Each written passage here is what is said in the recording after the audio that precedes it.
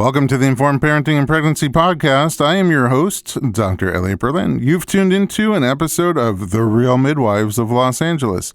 This is the audio from our YouTube series called The Real Midwives of Los Angeles. Today we're following Megan B. on her birth journey.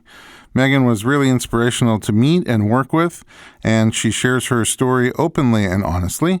In this episode, you're going to hear her experiences during pregnancy and leading up to childbirth, and join us for the next episode where she shares her birth and post-birth experiences. Meet Megan, originally from North Carolina. She is a marriage and family therapist who calls Nashville home. In 1 year, just 1 year, she got married, had a honeymoon, got pregnant, had a baby moon, and is just weeks away from having her first baby. Welcome to the podcast. Thank you. It's been a really busy year for you. Yeah, I'm exhausted just hearing me talk about it. That. Yeah. Were you planning to do all of that so close to get? No. Some of it. Some of it, yeah. But not getting licensed as a therapist, not getting pregnant on our honeymoon. Oh. Well, that happens more often than but it happened. People plan for. Yeah.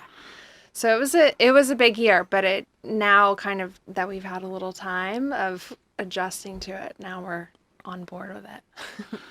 You're one of the most thoroughly researched people I know. When you're going to do something, you really look into all your options, and that struck me. So here you are pregnant and getting ready for childbirth. Yep. And lots of people don't even do any research at all. Some people read a little bit, take a class, or watch a documentary.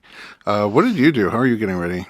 I read a lot, and I knew you were going to ask me about researching. And I've read so many books just because I think, one, already psychologically minded and interested in knowing that, and also kind of like wanting to explore a new avenue of my career, also of just maybe even becoming a doula. And adding the therapy. Welcome to the club. Yeah.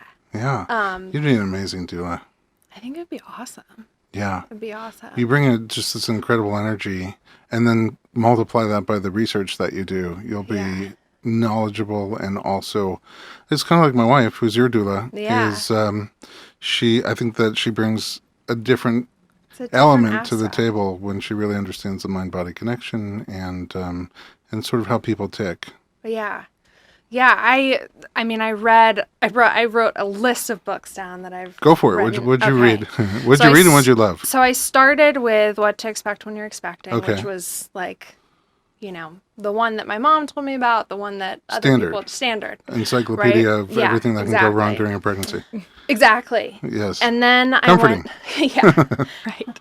Which I didn't realize that it was pretty fear-based initially, because that was like the first book that I started to read. But then when I started to kind of look into more alternative aspects or more holistic approaches to birth, then I went into Ina May's Guide to Childbirth. Oh, totally different. Yeah. Mindful Mom to Be, which I really liked, of the meditation and just kind of a mindfulness approach to birth. Are you a meditator before pregnancy?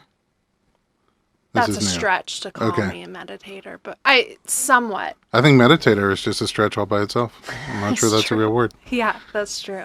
It's definitely become really important while pregnant. Your Pregnancy Your Way, which was a great book. The Birth Dr. Partner, Hill. Dr. Hill. Yes, and we did a podcast with her on the Informed Pregnancy Podcast. We did, which you just blew me away with kind of her empowering, She's got a MD, they call her midwife in disguise. She's very holistic in her approach. Yeah. The Birth Partner, which my husband loved. The Daily Soul Sessions for the Pregnant Mama. Ooh, I don't even know that one. It's this really short book. It's this day by day kind of what's happening throughout the pregnancy? No, it's just like a thought for the day. Oh, amazing. Or a wish for the day, or help change your attitude, or come on, mama. And it's written by 3 sisters. So I want to check it out. It's pretty awesome. That's a new one for me. Yeah. What else is on your hit list? Birthing from Within. Okay. I Love like that Birthing. one. Yeah, it's a great Yeah. book. Parenting from the Inside Out For after baby for comes. after baby. Which Because, almost nobody thinks about that. yeah, which I think that's where your wife, Alyssa, helped in doing like the afterbirth. Oh, the plan. afterbirth plan. Yeah. Of How to just not thinking hate each ahead. other after the baby comes. Exactly. That's the Cliff Notes That's version. that's my subtext for it. And the Amazing Newborn and a child is born. It's just like both of these books are about right when the baby comes out and how they want to connect, and that how important like skin to skin is, and just really being in that moment. We're going to put links up. Yeah. We're going to put links and pictures so you can find these books and read them at home. Was there one that was your favorite out of all of them? Hard to pick. You got a great list.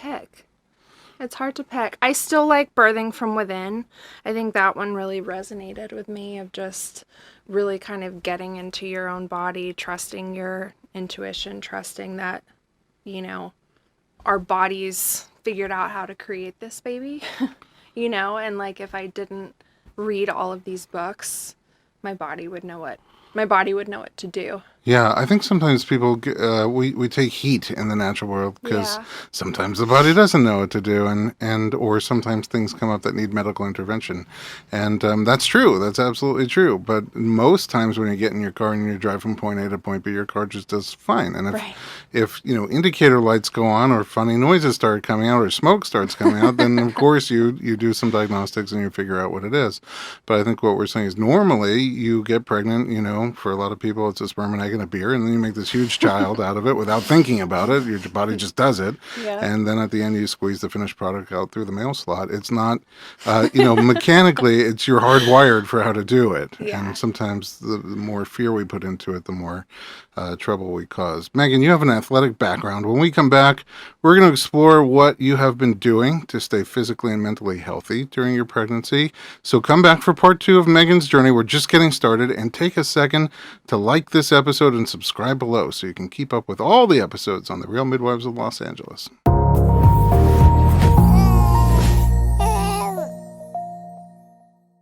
Megan, you're physically strong, athletic, you love to work out, you're competitive.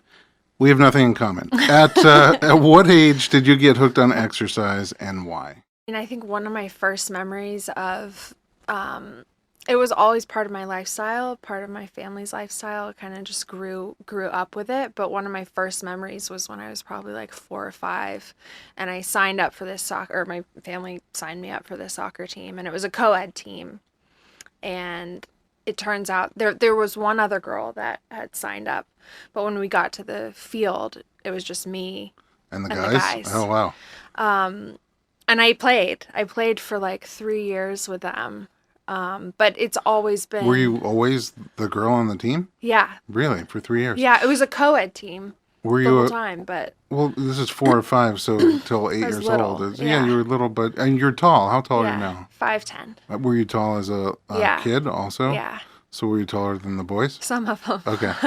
So you and also, so that's where you got your start. I feel like a lot of people do, like when you're little and you go out and find something that you like that. And I loved it. You love soccer. Yeah, I loved soccer, and then it turned into running for me, and then I ended up running in college and running in like elementary school. And track and field. Well, not in elementary school. I guess that started in like middle school and then high school, and then I ran in college, which I loved. Long distance, short distance? That was more kind of like mid-distance, like the 400. So I guess sprint mid-distance, and then after that, that kind of, I never thought I would like... Do you feel good while you're running? Love it. In the moment? It's such a high.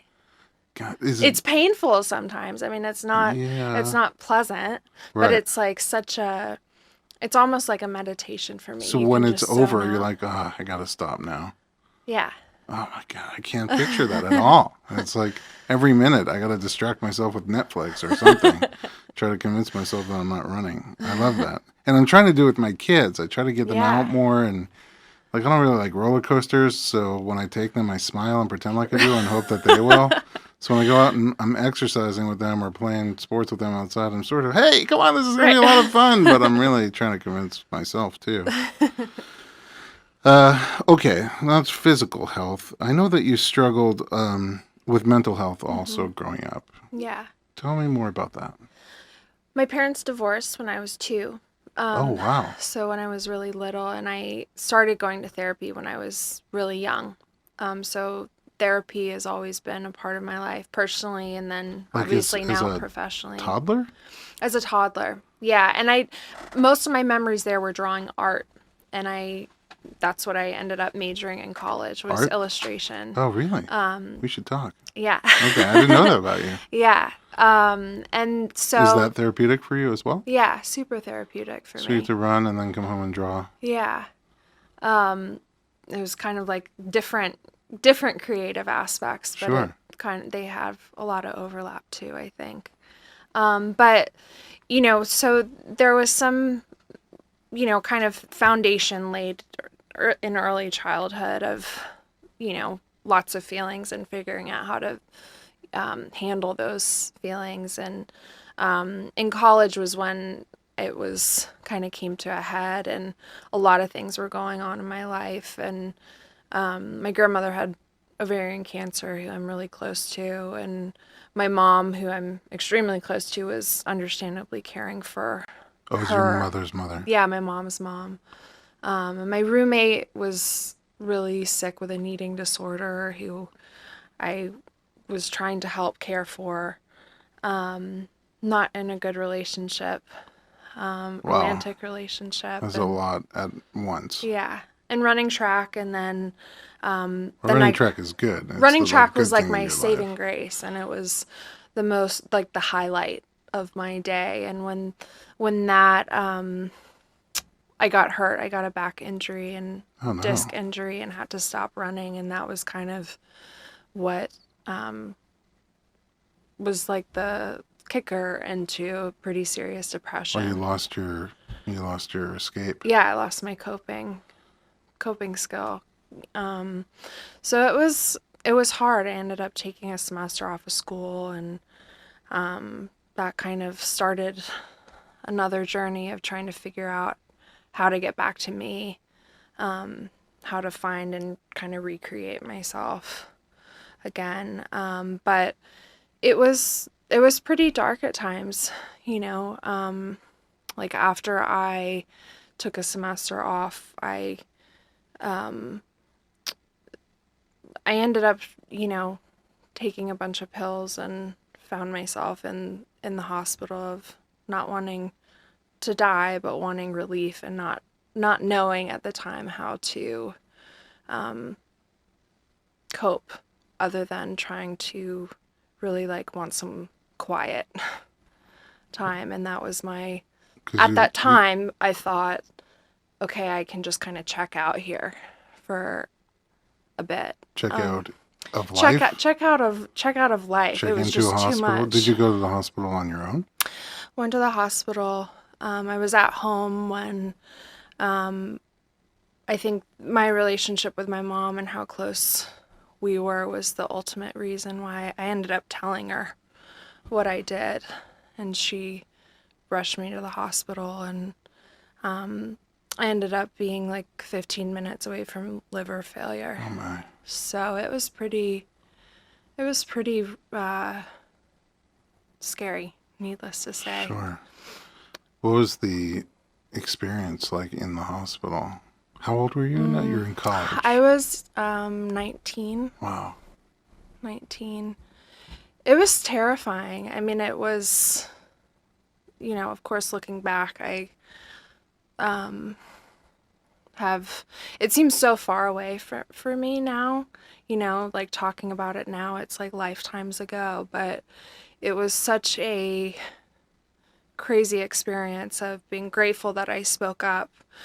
But then when I got to the hospital, it was such a powerless kind of, okay, out of control feeling of, I talked to my doctor on the way over there, and he said, you've done all you can.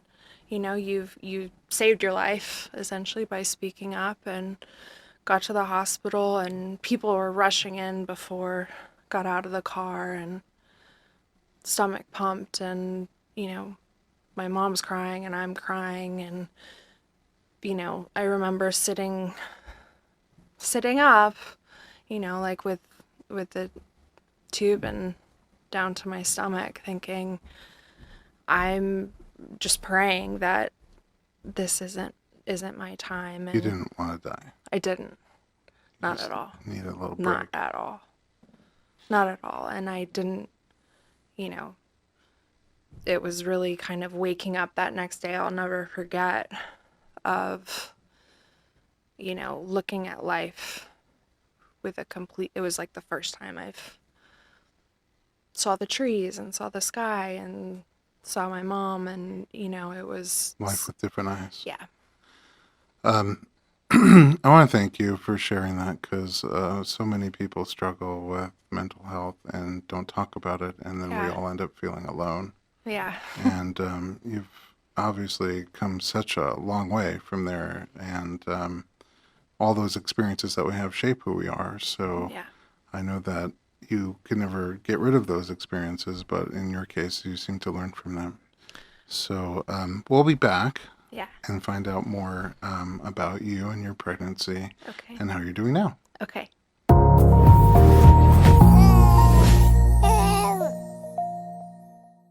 Welcome back to the Real Midwives of Los Angeles. We are back with Megan. And last time you shared information about your mental health history, and it's really fascinating to me because when I met you, I had zero idea. There's no way to tell. And it's not because, I don't think it's because you work at hiding it. I feel like it's because you've worked through it. And because you're kind of an open book. You just say what's on your mind and what you're feeling. So it's not like you're hiding it. How did you get from there to here? A lot of work, a lot of therapy, a lot of running, a lot of meditation, a lot of finding a really good, strong support system. Talking to other people who have had depression and mental illness and picking their brain about what has worked. But really, I think mainly it's been getting to know myself on a deeper level and like learning to trust myself that I'm okay just the way I am. It's as you say that, I sort of feel like I want to get to know myself better. I almost never have time for getting to hang out with me. It kind of seems like something that we should all do. Yeah.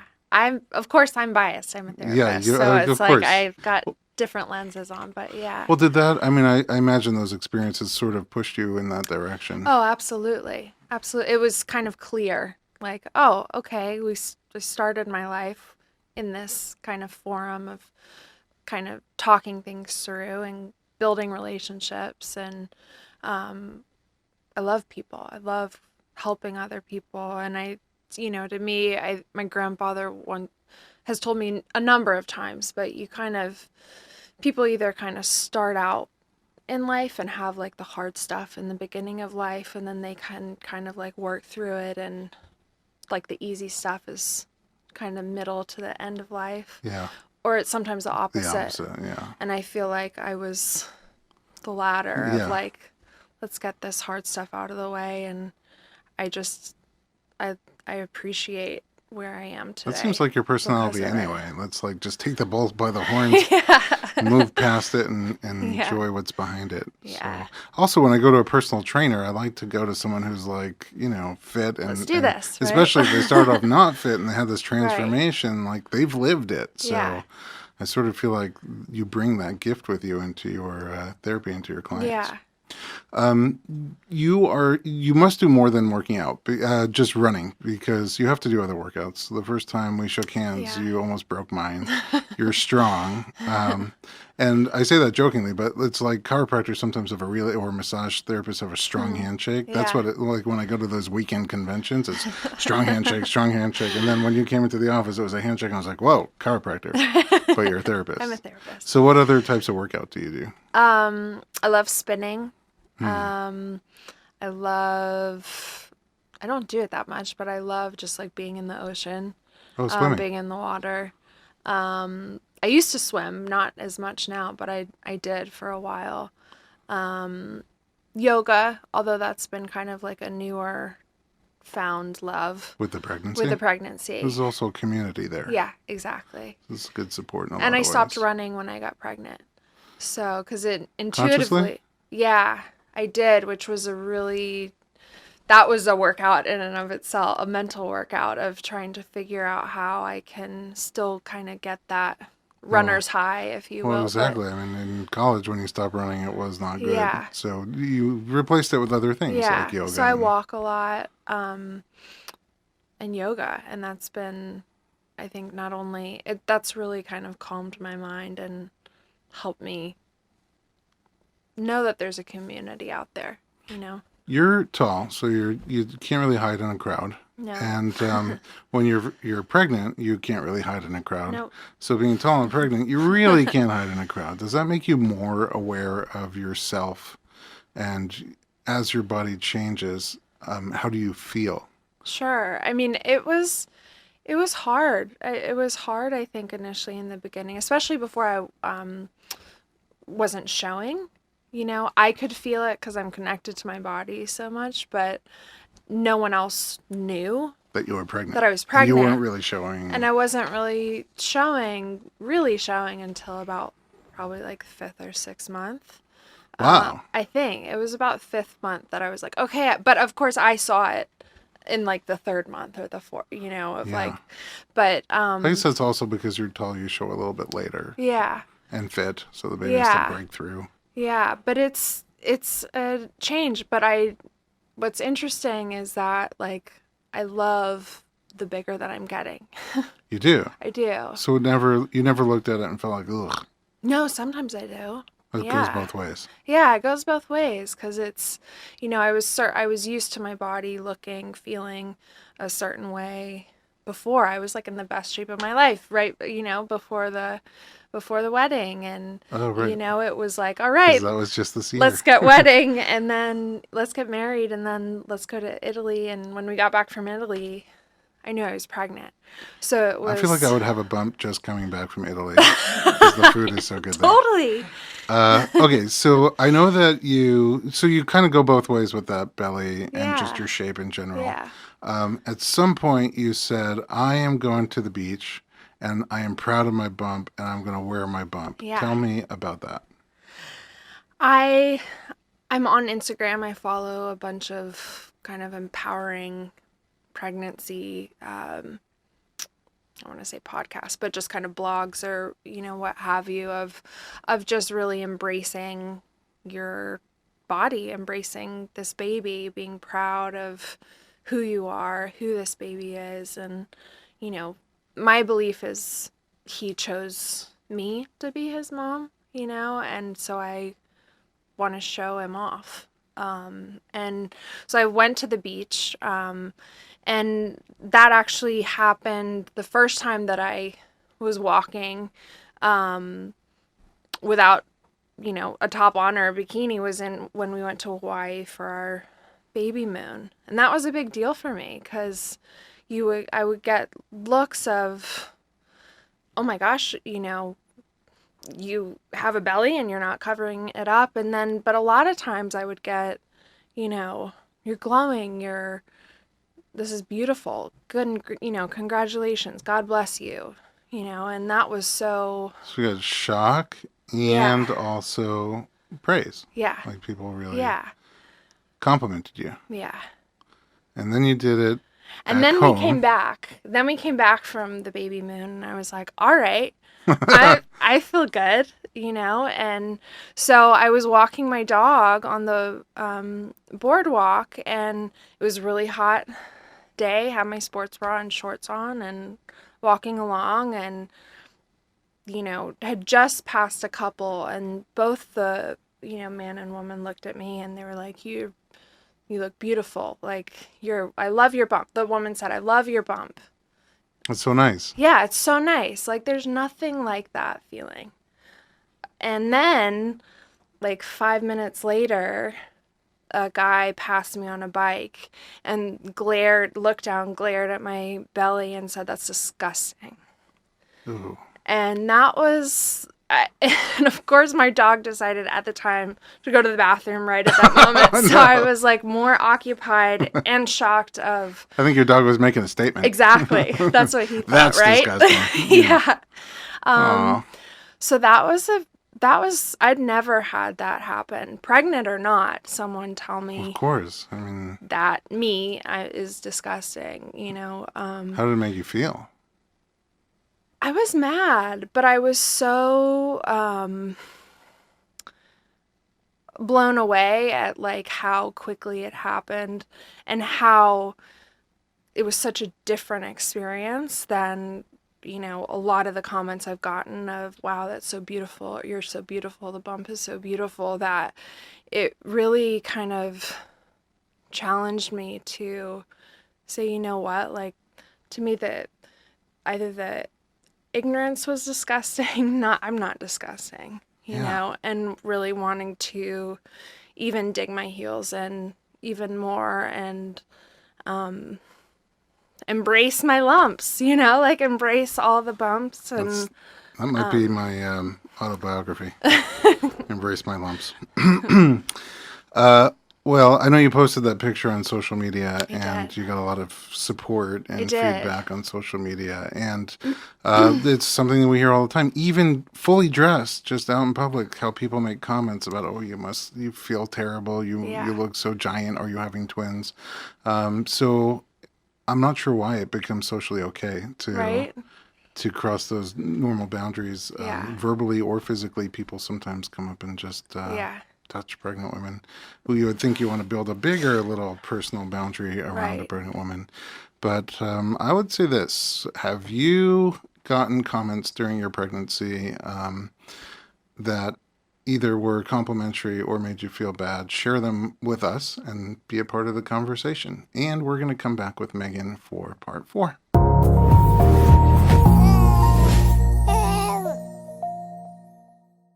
Megan, we talked about how you're this major researcher. You've read a lot of books. You've talked to people. You've joined communities. You've watched documentaries, listened to podcasts. You put your effort in making a decision. And there are so many choices, especially in Los Angeles, on where you have your baby and who your provider is. Yeah. You can have your baby at home, at a hospital, at a birthing center with a midwife, with an obstetrician, or, you know, out of the norm here, we have the option to have an obstetrician at home or a midwife at the hospital. Where did you land on your choice?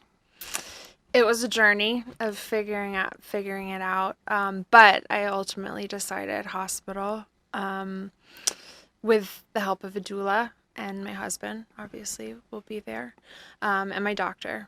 But it didn't, I initially started thinking hospital, but there was quite a period of, you know, exploring home birth. And I'm frankly still interested in it. So my husband and my agreement is this one will be hospital. Next baby will take 2. And we'll see how it goes. Yeah, we'll start from there. So we've had babies at home and at the hospital, and we have no regrets on any of our experiences. I didn't even know home birth was an option when we got pregnant. I thought it was only for tree-hugging, Prius-driving vegan hippies. But then I see in my practice, you have all these like lawyers and doctors having babies at home, and just really, you know, they say too posh to push about Hollywood, but then I see these celebrities having babies at home. And it's just really, it's a small percentage. It's only about 2% of babies are born out of the hospital, but it's a really diverse group of people doing it.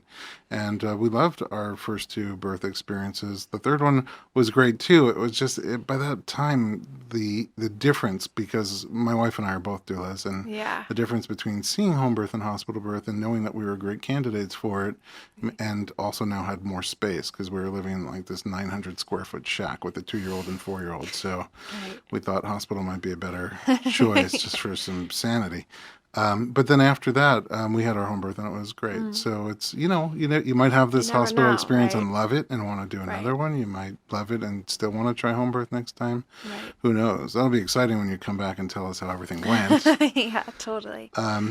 But you went to do, because you're having your baby at the hospital, you went to do a hospital tour. You, of course, did it earlier than most people. I did. Because you're a researcher. I did. And what happened for you on the hospital tour? Well, interestingly enough, I mean, I joked with my friends before, like my dad's a doctor, my stepdad's in the medical field, everyone in my family's in Medical. medicine. Yeah. So I thought that I was actually more comfortable with the medical field than it turns out I was. And what happened is my husband and I went to tour the hospital, and I almost said beautiful home. Beautiful home. Beautiful home. It is kind of homey. Kind in of. there. Yeah. Beautiful hospital.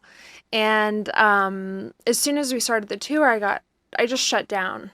I like closed up. I got really quiet, and my husband thought I was mad at him, which I wasn't. It had nothing to do with him. But what I ended up figuring out is that, the memories of being in the hospital so young, that I shared with you about, all of those memories came back, and I just closed up. And you talked about in your second episode how you went in, you took medications and got there just in the nick of time. Yeah. And it was not a good experience for you at the hospital. It was like a life or death experience versus I'm not sick, I'm having a baby, right? Like let's celebrate. But it's hard to separate that from your subconsciousness, walking in there again.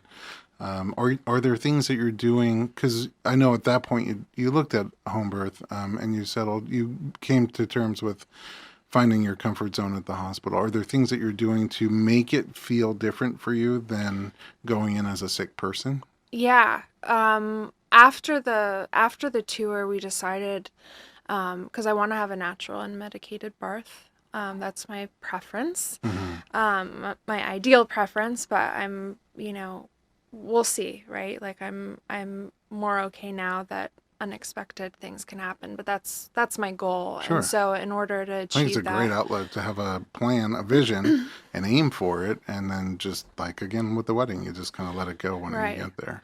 So we have a doula, Alyssa. My wife. Your wife. Yeah, I highly recommend her. Rad I think lady. she's great. Yeah, she's amazing. So we're working with her, and we're working on kind of claiming the space as our own, of bringing flameless candles, of bringing music. I'm getting a labor gown that's so I don't have to wear kind of like the hospital scrubs. Muumuu. Yeah. Yeah, right? So it's... it makes a big difference when you see yourself. Of like, okay, I'm not sick. I'm having a baby. Like, it's his birthday. So it sounds like you're playing like home birth at the hospital. We're trying to make it... is what people say. Yeah. So we want to labor at home as long as we can. And we live, thankfully, very close to the hospital. So, my goal is to make it at home as long as I can and then get to the hospital and meet him. Sounds like a great plan. And your doctor cool with the plan? My doctor's super cool with the plan and encourages me to stay at home for a while and just come for the big finish. Yeah. Cool. Yeah. Can't wait to hear how it goes. Yeah. But before we get there, you guys went on an awesome baby moon. You talked about it briefly. When we come back, I want to find out more about your baby moon. Don't forget to subscribe to our channel so you don't miss any episodes, and share us with your friends.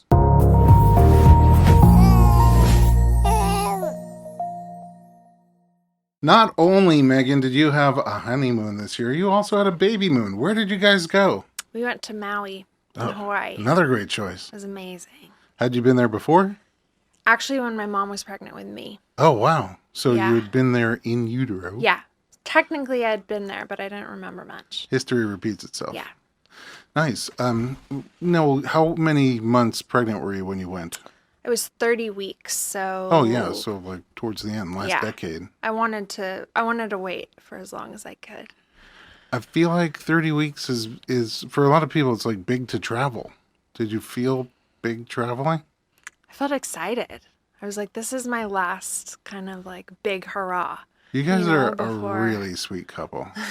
I think so. I don't know if it's just because it's your first year, but like the way you talk about each other makes me feel bad about myself. I'm like, honey, we this is how we get relationship goals. And I love my wife. We have an amazing relationship. Yeah. We're married over 20 years. Well, that's our goal. Hey, we can swap secrets. Okay. But I feel like I get the hang of it sometimes now. Yeah. Yeah, right. What did you guys do while you were there? How long Oh were my you in gosh, Maui? we did all sorts of stuff. We were there about 10 days, Oh, nine nice days. trip. Yeah. It was whale season there. We caught the tail end of whale season, birthing and mating season, which was Oh, pretty how appropriate. awesome. What do they So do? they would jump and just play right outside our hotel. Like we didn't. Just from your window? Yeah, yeah. We like walked out the first day and How big are saw they? huge. They're Giant. humpback whales. I Wow. mean, they look small relative, like where you're 'Cause you're far standing. away, You're yeah. far away, but you're like, you know, I don't know. I'm not good at distance, but you're far away from them. Yeah. So we snorkeled. We hiked. Was it hard to? I mean, your buoyancy changes. Yeah, but the water felt so good. Did you feel different in it?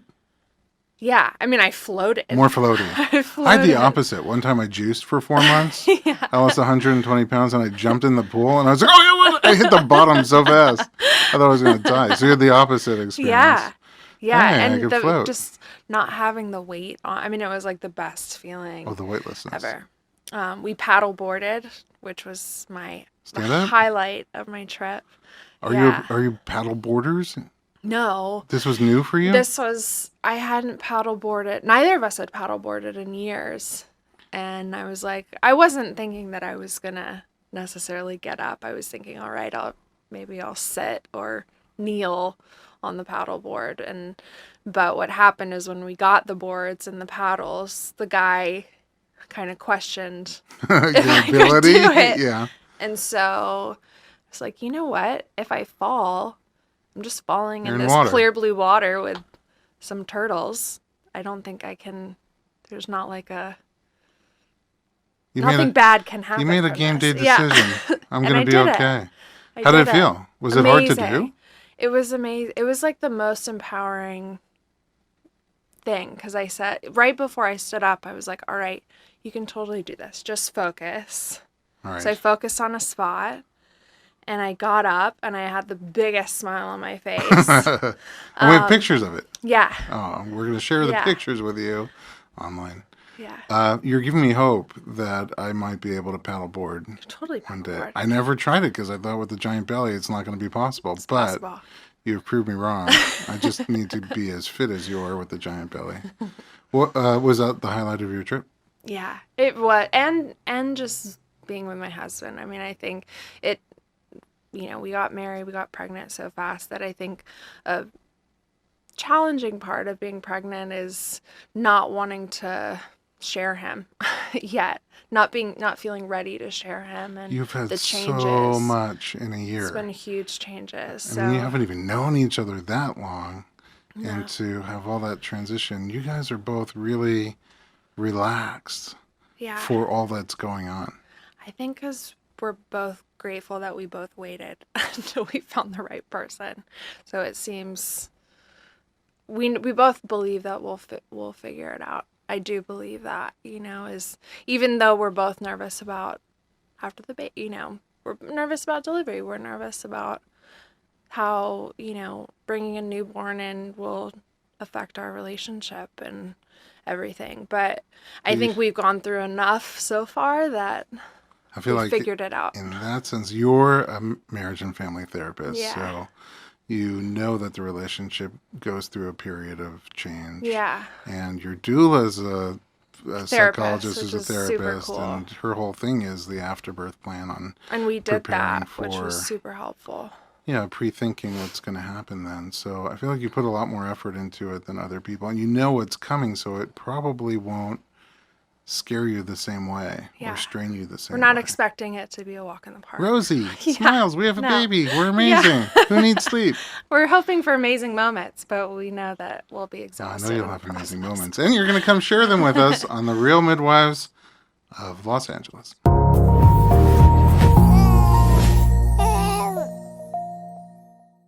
Welcome back to the Real Midwives of Los Angeles. We're here with Megan for part 6. And Megan, spontaneously the other day I called you, and you picked up the phone sounding a little frazzled, which is not so like you. And I said, "What's the matter?" And you said, "I just got out of my breastfeeding class, And it was so much information and things I don't know. I hope I remember it all. It's overwhelming. It was. It was so much information. I don't even know where to begin. I mean, it was, so we've taken classes. We took like a baby care 101 class, learning how to, change a diaper and swaddle and basics of feeding. We took a CPR class, an infant safety class. And then the breastfeeding class, it was like so much information, but it was, it felt like a formula of not literal formula, right? But it felt like, okay, now, every 3 hours, there was just a lot of numbers, right, to remember. And to me, I kind of walked out thinking, oh my gosh, this seems more, overwhelming than just listening intuitively and like, all right, remembering the basic things of. I feel like these classes, to a large degree, you sort of walk in because this is a type of test you've never taken before, right? Like part 4 of the chiropractic boards is an exam where they have actors sitting in a room acting out certain diseases, and you can't study for a test like that without test preparation because you have no idea of the nature of the test. And I feel like childbirth education, because we sometimes do classes like that, is to sort of make you feel like you're not showing up to a test grossly underprepared. But at the same time, it's kind of like teaching someone to drive, right? When they leave, they're not going to be a good driver. They're going to not kill anybody, right? But they're going to learn on their own out in the field. So it's hard balance. And it's really hard even as an individual to give you enough information to make you feel confident, but not so much information that you overthink everything and that you constantly doubt yourself. That's hard with just one-on-one or one-on-two, but in a class it's even harder because everybody has different needs. And asking questions, right? Of like, different stuff that you hadn't thought about. And also, like, you haven't met your baby yet, right? So they're giving you information, which is, feed your baby every 3 hours, and that's assuming, again, back to kind of like the mathematical formula of. It almost reminds me of pushing. Do you know how you're going to push? With help and coaching. Maybe. I want coaching. Do you? I think so, but then I think it. Here's the crazy thing. My observation, right? Going to a lot of birth. At the hospital, we almost always, there's a lot of coaching. At home, sometimes there is and sometimes there isn't. But they wait. Those midwives wait and see if you ask for coaching or if you sort of need coaching. Right.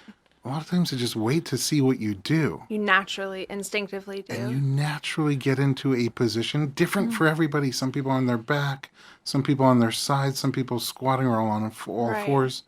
You just end up in this position and you end up pushing in your own style. Sometimes it's the kind of coaching we would give you if you're asking for coaching. Sometimes it's wildly different. Right. But as long as it's progressing, things look right, why would we tell you how we think you should push? Yeah. And I think the first thing I said to you when you sounded frazzled about the breastfeeding class was like, the animals don't take a class, right? Totally. Right, the elephants figure it out. The dogs, the cats, the lions, the tigers, everybody figures it out with no class. And I know it's hardwired in you, right? You took a sperm and egg and a beer and made a child out of it without thinking about it at all. Right. And the same hardwiring is in you to sort of feed your child or push your baby out. And I think it's great you've surrounded yourself with people who can help you and you've gotten some information. So again, it's not a test. You have no idea how to go into it, but you're normally just figure this out with your baby. Yeah. And that was really helpful to hear you say that. I mean, it was kind of like, oh, wait, could we have like started the class by just saying like, all mammal, like no animals watch a, instructional video on how to breastfeed, right? Right. They don't even have the app to tell them which boob. It's just they know it intuitively. Right. Right. So I feel like you especially, because it's hard for you to get that balance. You crave the information and you want to do it perfectly and be the best mom you can to this baby. But part of that means just surrendering, just letting go, relaxing, trusting your instincts. And if you need help, you have it around you. Right. You can go back to your notes or call a buddy or call a lactation specialist. It's all available to you. Right.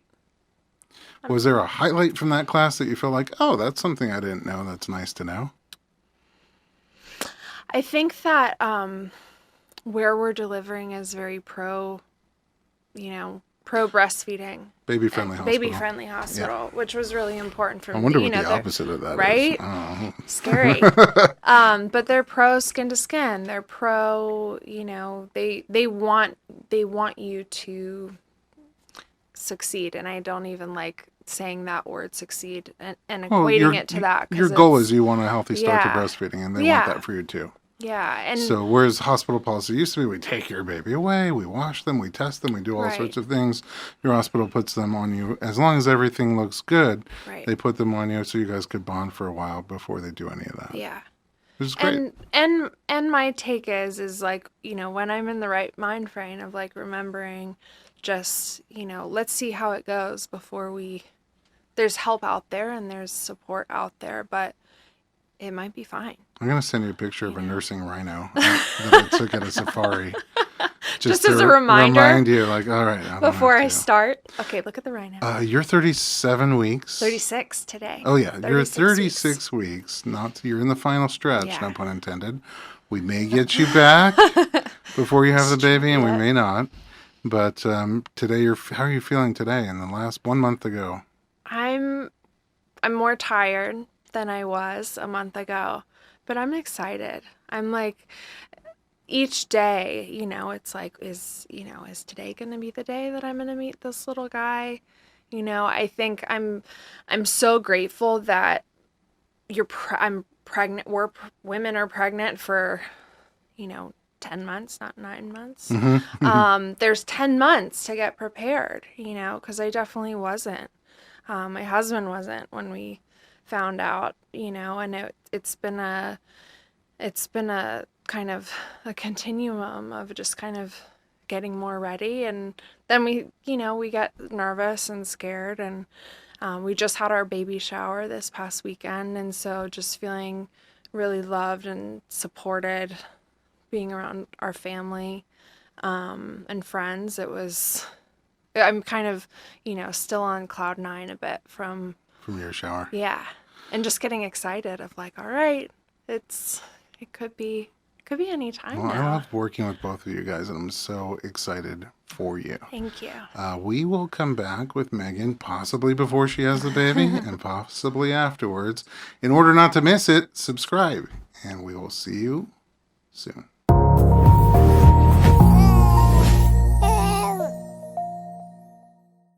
Megan, you are in your 38th week of pregnancy. You're in the zone. And at this point, a lot of people just say, like, put a fork in me.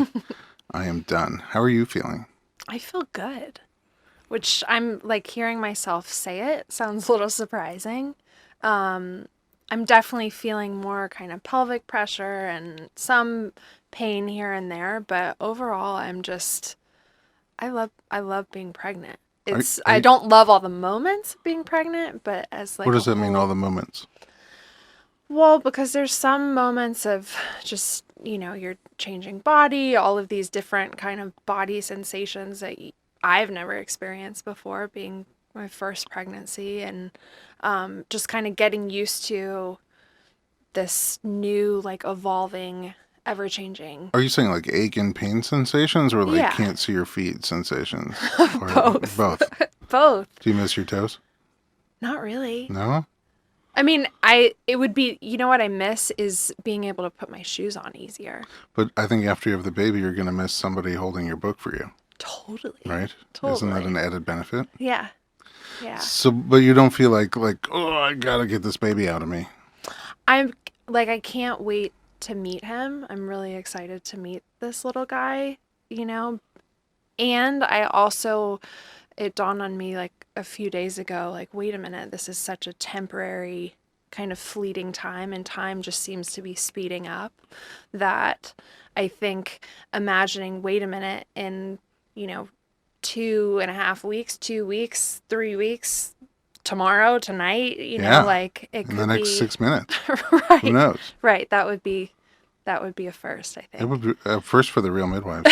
Yeah. And we happen to have a midwife in the studio tonight, so no problem. That's good. We're ready. And I brought a towel. Yeah, so perfect. We're good. Do you feel like, because I think that at the end when people get so uncomfortable, I'm almost relieved a little bit, because then when the baby comes out, they're so happy the baby's out. Yeah. And a little sad that the baby's not in. Yeah. Do you start to think about what that might feel like? When the baby's out? Yeah. Or totally. not in. Not in.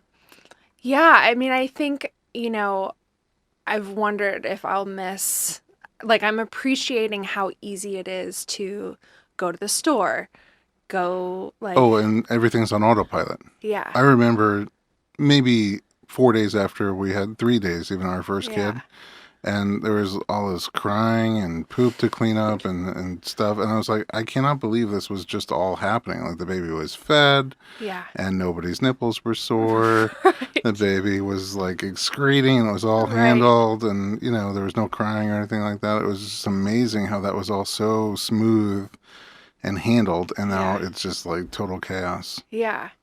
I'm nervous about that. Like, hearing you talk about that, it's like, oh gosh, it's getting really real, of like just the spontaneity of my husband and I being able to watch a show without, feeding or crying or not even watching a show. Right? I haven't watched a show in 13 years. No, I'm just kidding. It's not true. I've watched 2.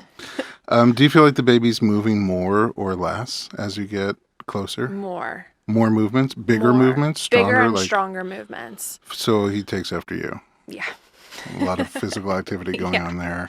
Yeah. Training. Are you still working out? Still working out. Did yoga and walked today. And is it prenatal yoga? Prenatal yoga. Are you almost like the next one to go? Yeah. Which I was just talking to one of my friends who, actually a friend who was there Monday, just had her baby today. Oh, wow. And so it just feels like I never thought that I would be like one of the oldest ones or one of the one. I was just like progressed. Little freshman in the prenatal yoga, and now feel like I'm about to graduate. It's a whole different experience. Yeah.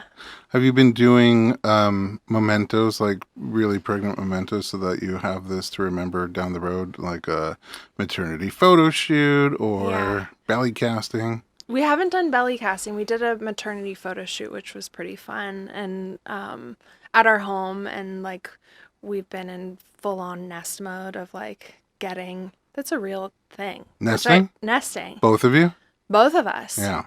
My husband's like hunter-gatherer mode, which he kind of usually is anyway, but now that we have a baby on the way, it's like full-on bow and arrow. Do you think you're going to do belly casting? Have you thought about it? I've thought about it. Maybe we can get you belly casting. That would be cool. I think it's neat to look back. People like paint them and hang them on the wall. There's one lady that makes a bowl out of it. She makes a glass bowl out of your belly. Yeah. That would be cool. And we get to see some of your maternity shots. Mm-hmm. Was it fun? It was awesome. It was the same photographer actually that we have for our wedding, so we already knew him, and he's super easy, and he usually doesn't do maternity shoots, but he's a great guy, and he... Did you get him back? Yeah. You like him? You're happy with it? Yeah, we're happy with him. I remember nesting, because you mentioned nesting. I feel like I did it more than my wife. Really? Yeah. I don't know why. I never had this. I don't really care about my house at all. And then before the baby came, I was just going to Home Depot, and I'm not the Home Depot type. I'm like call for help type. Yeah. And I'm in Home Depot pushing around a thing, wandering in, almost feels like the desert. You can't even pick up the stuff in there and put it in the cart. But you feel like you need to have it. I was like, we should get some plywood. I don't know why. Just in case. Yeah, just in case. And in fact, when labor started, she started having contractions like 7 or 8 minutes apart. I had this concept that I was going to put up shelves before the baby came. And it was 2 weeks before the due date. I'm like, oh my God, I got to go to Home Depot. And so I was getting my keys. I was an idiot. I was getting my keys and everything. I was like, we can't have the baby before the shelves go up. Right. Where are we going to put the baby? Shelving. Anyways, what kind of nesting things are you guys doing? Putting up shelves. Oh, you are? Okay, good. And we're putting up shelves, doing the nursery. We redid our patio and put turf down, so we would have like a little grass area for the little guy, and hanging art that we've had in our place for a while. But not up. Is your nursery ready? Nursery's ready. It's all set. Clothes are washed. Is that eerie? Like just an empty nursery? It's actually kind of comforting. You like it. I like it. Because it's ready. It's ready. It's just like, okay, whenever he comes, We didn't buy anything before he came. You didn't? Nothing. Not even a car seat. Nothing. It's part of, like, traditionally we don't buy stuff before the kid comes. But it's chaos. I mean. Oh, it's crazy. As soon as the baby was out, I was like, I gotta go get the car seat. Bye, honey. And shelves. All right. Well, you viewing at home, how did you feel at 38 weeks? And what were you doing? Did you have any interesting nesting habits? Go ahead and write in our comments below. And don't forget to subscribe because Megan's getting really close and you don't want to miss this.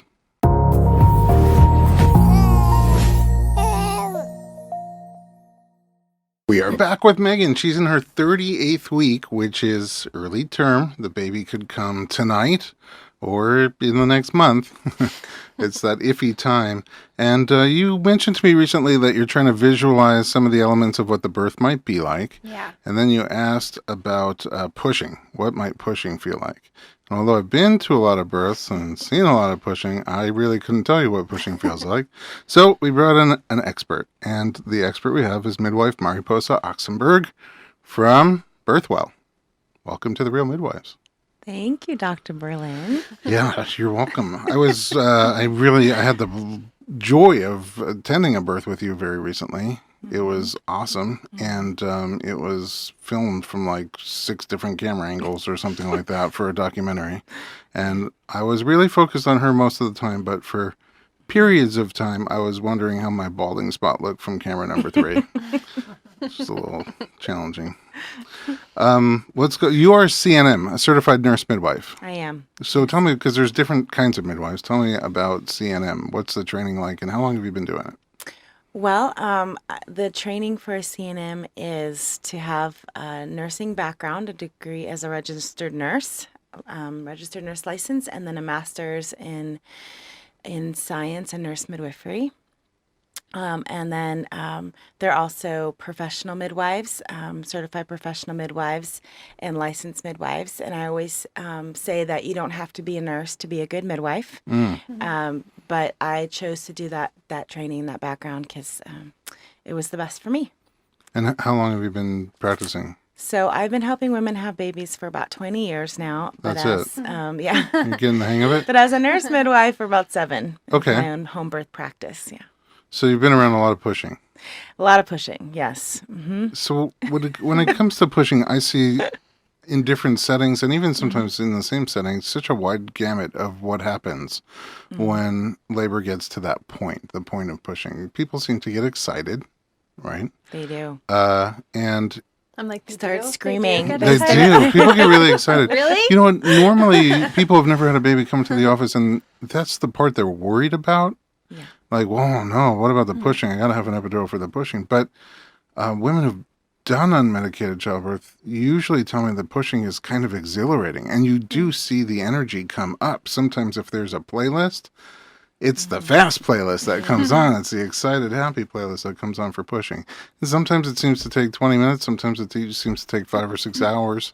But what I was going to say is that I see just a wide gamut on coaching that midwives and doctors give and nurses, labor and delivery nurses give when it comes to pushing. Sometimes, and the most memorable births I have, like touch me in a really memorably beautiful way, is where there's no coaching at all.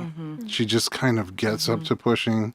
There's not even like a big fanfare. Okay, we're ready to push. She just sort of feels the urge and gets into whatever position seems right to her. She's not talking about it or thinking about it. And then when she feels like pushing, she does. And when she doesn't, she doesn't. And it's usually at home with a midwife, and the midwife's just hanging out. I'm like, what are you, like meditating, or aren't you going to coach at all? And it just never happens. She just finds her groove and does it herself. To the other extreme, where sometimes it's a very calculated, okay, now take a deep breath in, clear it out, breathe all the way in, push, and we're counting. Everybody's counting, and everybody's holding a leg, this leg and that leg, and it's just this very mechanical, calculated thing. So, or they tell you to wait till the doctor comes to push. That's a totally separate thing, which is like sometimes the labor and delivery nurse's job is to make sure the doctor gets there before the baby's out, but not much before the baby's out. So if you're ready to push and feel the urge, they sometimes have you not push, which I don't think is a great idea usually. But the question is, assuming everybody's there who's supposed to be there, you're kind of wondering, you were even asking like mechanically, just how do I do it? What is the answer to that? How do you address that? I address it as if you are, that's why we do sit back at birth and just let the mother's body do what it needs to do. Because if we are counting and yelling and pushing, we're engaging the neocortex, and if we can keep the mama out of her neocortex into her primal brain, then she doesn't have to think to do anything. Her body just does it exactly how it's meant to happen, and she gets in the proper position, whether it's on hands and knees or whatever her body feels is the best position to push her baby out. Then you can then you don't have to think about it. Then you can just allow your body to open, and you can allow the fetal ejection reflex to happen, which is like a sneeze. It's like you can't help it. You can't stop it if it's coming, but you can't force it if it's not. So I was just, we hear a difference in the sound that a woman makes when she's starting to push. And normally that's when I get them in the tub if they want a water birth, because it's the best time to get them in the tub. That's why I call them aquadurals. Aquadural. So get them in the tub then, and then Aquadural sounds like a superhero. Yeah, aquadural. Man. It is like a superhero, because then you go in. The mother can get into the proper position that feels good for her, and then you just allow your body to do what's naturally coming within you. So you've told me that you're going for a natural birth, which is great, because then you'll be able to feel what those urges are, and then you have an amazing doula that's coming in to help you. I like her. I'm a big fan. My wife. And so if she, keep everything quiet, keep everything really just the lights down and slow, and just let your body do what it needs to do. Then you don't have to push. The baby will just come down. That's what the contractions are. It's your uterus pushing the baby out on its own. That's what the muscle does. When to push, like you said, when the baby comes down, it's like, I think it's and here I am thinking about it, right? But like trying to know something that I've never experienced before. Yeah, and people are can be pretty scared because they feel like they're going to tear. Some people have told me I feel like I'm, a baby's coming out of my butt. Right. A lot of people say that. You know what? If somebody would have just told me it felt like they were coming out of my butt. But my midwife told me, she's like, just get in the tub and make a big caca. It's like the biggest caca you've ever made in your entire life. Where are you from? That was my Cuban midwife. Oh, wow. With my first. So I was like, what do I do? So you really just, the only instruction that I really do give a mama is at the very end, and this is from the great Ina May Gaskin, and when you feel the baby crowning, you feel that stretching of your tissue, the burning, or the ring of fire, as they call it, which is, a terrible name. Totally. But it's, and it's intense stretching, then you blow through your lips. That's right. Okay. Just blow through your lips, because horse lips. Yeah, you cannot tense up your bottom. If you tense up your bottom, then everything tenses up. If you blow through your lips, you can relax your bottom, you can relax your perineum, and then the baby with the ejection reflex just comes out, and you don't tear. So, okay, this is too good. We need to get more. Because inquiring why, first of all, you talked about the fetal ejection reflex. You talked about the neocortex. We have to explain some things, and I think there's still more. I think Megan still has more questions. So we're going to come back, and we're going to do another episode on pushing.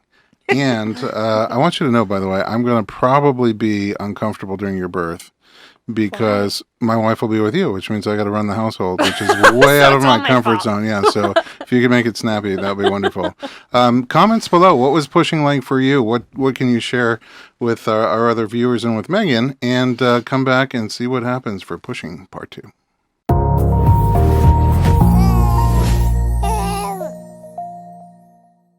Welcome back to the Real Midwives of Los Angeles. We're here with Megan and Mari Oxenberg from Birthwell, certified nurse midwife, although everybody knows you don't have to be a nurse to be a great midwife. In between the break, we were all practicing our horse lips. And I'll tell you what, I feel a lot better when I do it. So thank you. We were talking about pushing, and a few things came up. One was the fetal ejection reflex that Mari mentioned, which is that a Michel Odent term? Did he coin that term? I believe so. Because there's a bunch of reflexes. There's a sperm ejection reflex, and there's the female introjection reflex during intercourse that brings the sperm out and then back into the woman's body. Then there's the milk ejection reflex. The placenta, does that have its own ejection reflex? Probably. There's a lot of ejection reflexes going on. Yes. So, but I feel like I remember him describing it as once the fetal ejection reflex takes place, the baby just comes down. Your body literally ejects the baby. Exactly. And then you talked about the neocortex, which is the part of our brain that other animals don't have. It gives us the ability to do things that they can't do. And one of them is to get in our own way because we can overthink things. So I think you were talking about your tip for staying out of the neocortex might be to not even coach at all. No coaching, exactly. It's just as quiet. And as, if anything, I'm just whispering to mama, like, good job. You got this. You're almost there. And that's pretty much it, except for then when she starts to crown, I'll say, all right, blow through your lips. Just let the baby's head sit on your perineum and stretch the tissue. Don't, I always, Don't blast the baby out, just hold the baby back just a little bit to let your tissues stretch and open. And then with the next contraction, then just allow the baby to come out with that ejection reflex. That's that last urge that your body does to expel the baby from your body. Do you have other tips for not tearing at that I point? do. Yeah. I do. And this came from an amazing doctor, Dr. Green, up in, he's an obstetrician who's since retired in Santa Barbara Cottage Hospital.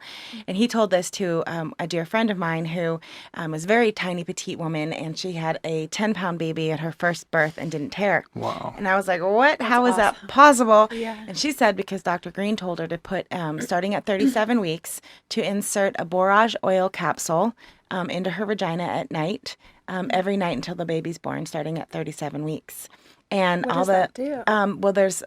it melts in your body and it distributes the prostaglandins of the borage oil, which I think just makes everything soft and supple and starts ripening your cervix and makes your tissues really soft and able to open and Stretchy. stretch.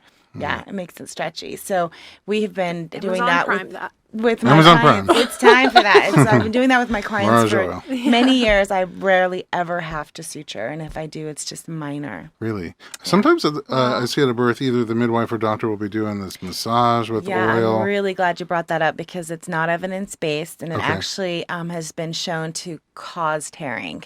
So even though they're very well-meaning and they want to do something to help you, everybody wants to help the mama, in the hospital, but the oil and the massage with the oil as the baby's coming out, that actually increases the tearing. No kidding. So hands off the perineum will protect the perineum. During the birth. What about During the what about leading up to where the partners are doing perineal massage? Now that shows to actually help to do it ahead of time, so to prepare your body for that intensity of the stretching. And the perineal massage is a really big misnomer because there's nothing massage about that. But it's when you take like coconut oil or olive oil or some kind of edible oil that you massage, the partner usually will massage the perineum and stretch it, really pressing down on the perineum if this is your vagina, pressing down.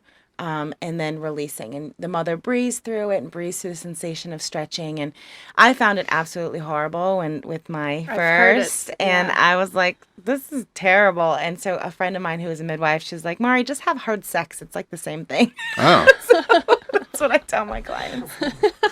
Well, it's your There you choice. go. Whatever. Actually, I got to tell Either you, or. some of the patients when they get to the end of the pregnancy, I feel like would prefer that Yeah. perineal massage than the hard sex. Yeah. Well, we always say what gets the baby in gets the baby out. So. Right. That's great. Makes Ew. sense. Unless you have Makes IVF. sense. Yeah. That's true. That's a hard way to get the baby out. Do you have questions? I think just this whole how do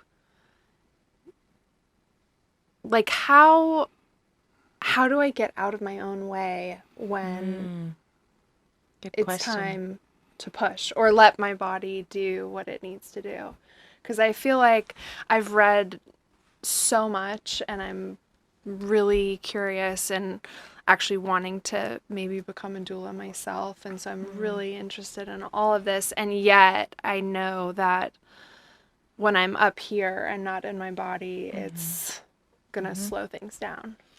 Well, what I did personally in when I was having my babies, and those thoughts do come in, like the fear thoughts come in, and this is going to take forever.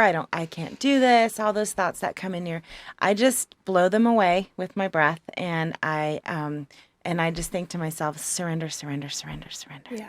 And just focus on that surrender. And that's when I hear a mother's voice go up when I instruct, I always teach the breathing that we do in my births is just long, deep sounds with every contraction, low, deep sounds, a deep breath. And because it's impossible to tense up the body when you're making that low, deep sound with the contractions or the surges. So that's what I instruct moms to do. And then I always know when they're afraid or something is popping in their head because their sound goes up, their voice goes up, higher pitch, they're tightening and they're scared. Yeah. And so I just say, blow away the fear. You don't need it, and you're blowing and it's so cute. So we just, it's just I'll remember a process. that it's cute. It's cute. It's cute. Blow away the fear. Just You're reframing almost it. done. It's a little spin. Yeah.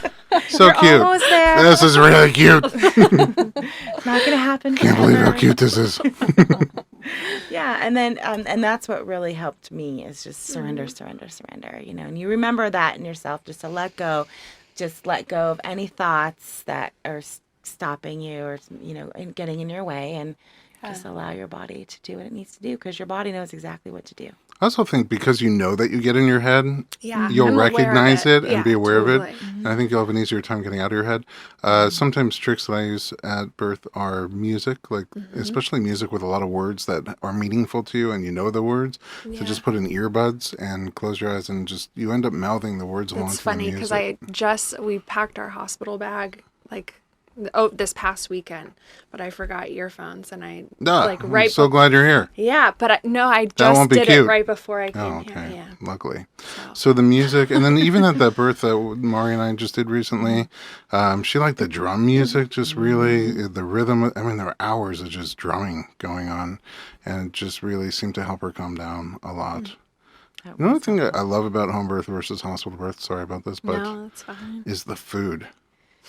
Home birth has the best food, and hospital birth has Jell-O. Just saying. If you're thinking about home sneak versus food in. hospital, Do. you are. Yeah. You're going to stay home anyway for a I'm long gonna stay time. home as so long as I can.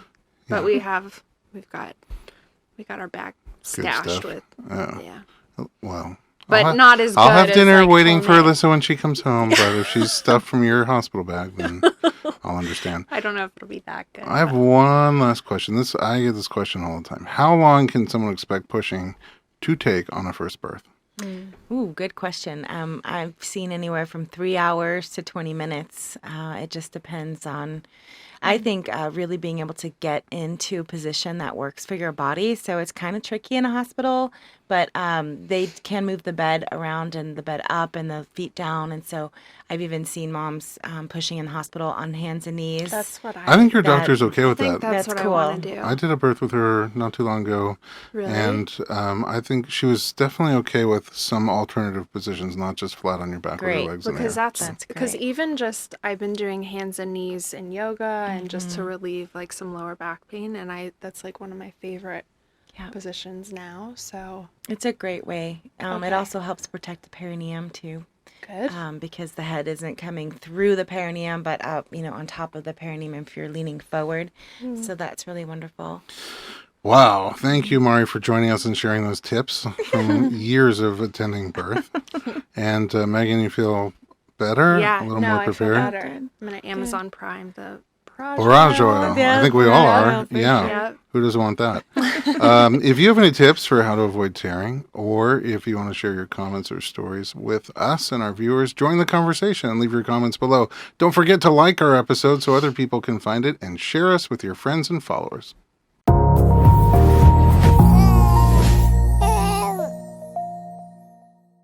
Well, we're almost at the big day. Join us on the next episode when Megan comes back and shares her birth experience with us.